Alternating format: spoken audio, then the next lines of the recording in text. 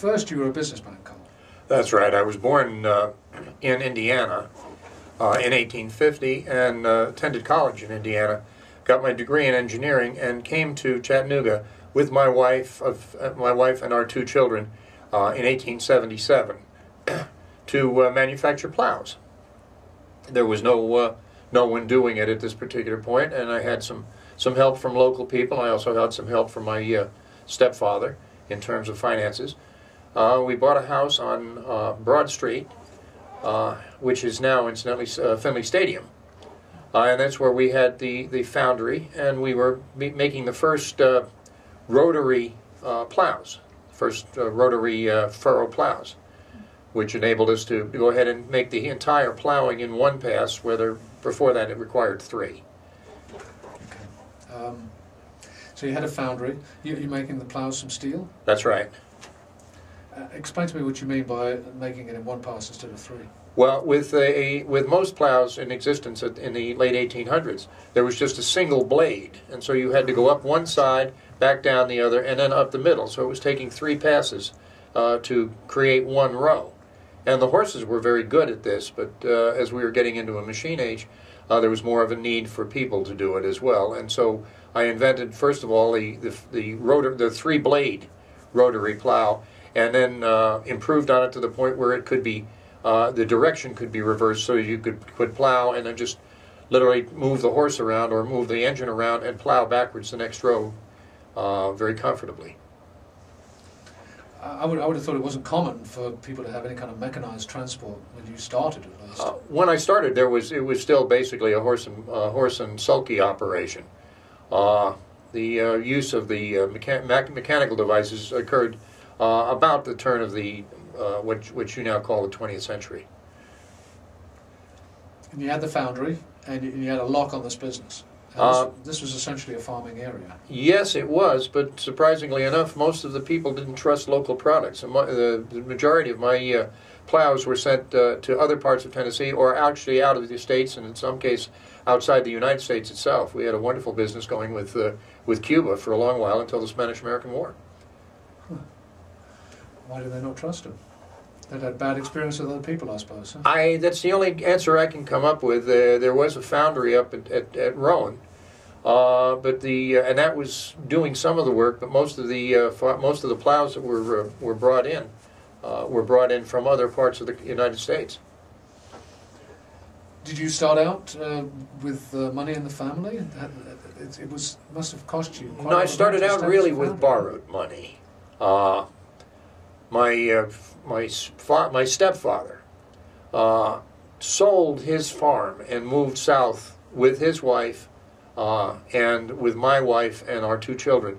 And they used the $3,000 that he got from the sale of his farm in Indiana to finance the operation initially here in Chattanooga. And we later sold shares and got some local people involved. So at one point our working capital was actually around $10,000 to $12,000, and that lasted right up until the time of the great yellow fever epidemic. And then we were losing so many people at that point, workers and or people who were just afraid to come into our area, that we very nearly went bankrupt.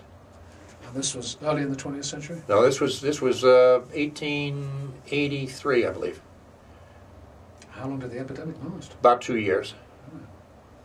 And how did they finally clear it out? Because one of the problems with Chattanooga is that it's a bowl.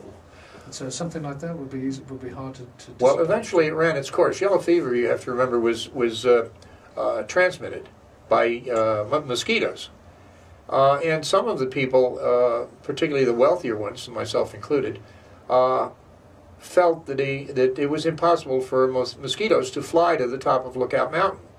So we moved up there to get away from the mosquitoes, not realizing that there was just no collecting water in that area. And then we had a drought similar to what has been encountering in the last couple of years, and dried up a lot of the pond area, which killed off the mosquito larvae. So how did you get involved in state politics?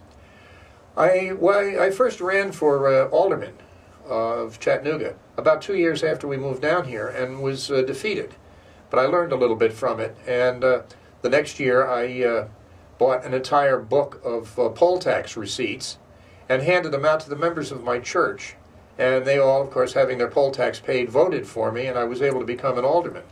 While I was an alderman, I met Henry Clay Evans, who was very active in Republican politics at that point, and later ran for governor and had his election actually stolen by the Democratic legislature. No. Yes, then as now, as I understand Tennessee in your times, it's really 3 states. There is a very solidly Republican east part, there is a rabidly and incorrigibly Democratic western portion, and then there is the central section, which is kind of in between and tends to flow with issues and perhaps votes the most intelligently of the 3. And I was very active in the Republican Party here because that was, in this area, the party of power.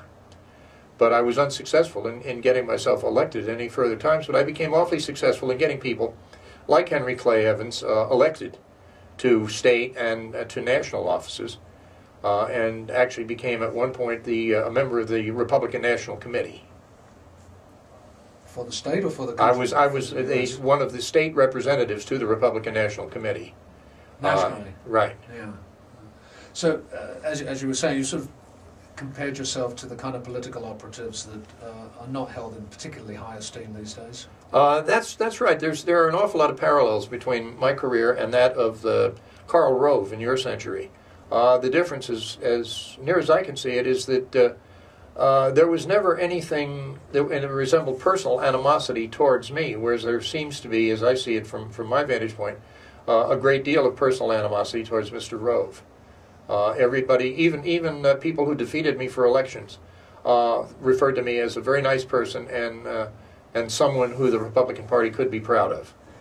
Well, it's often, you know, it's often cited that we've gotten away from smoke-filled back rooms in politics. Is that an accurate portrayal of the way politics ran when you were involved in it? I would say that the politics now is probably a lot less transparent now in your age than it was 100 years ago. The difference is that both sides were doing the same sort of political shenanigans, and therefore they tended to cancel each other out. And there was far less in the way of polarization. That plus the fact that here in Tennessee, the Republican Party never seemed to be able to agree among itself very well. Which is still the case, I gather. All right. So I seem to be hearing from local news reports nowadays.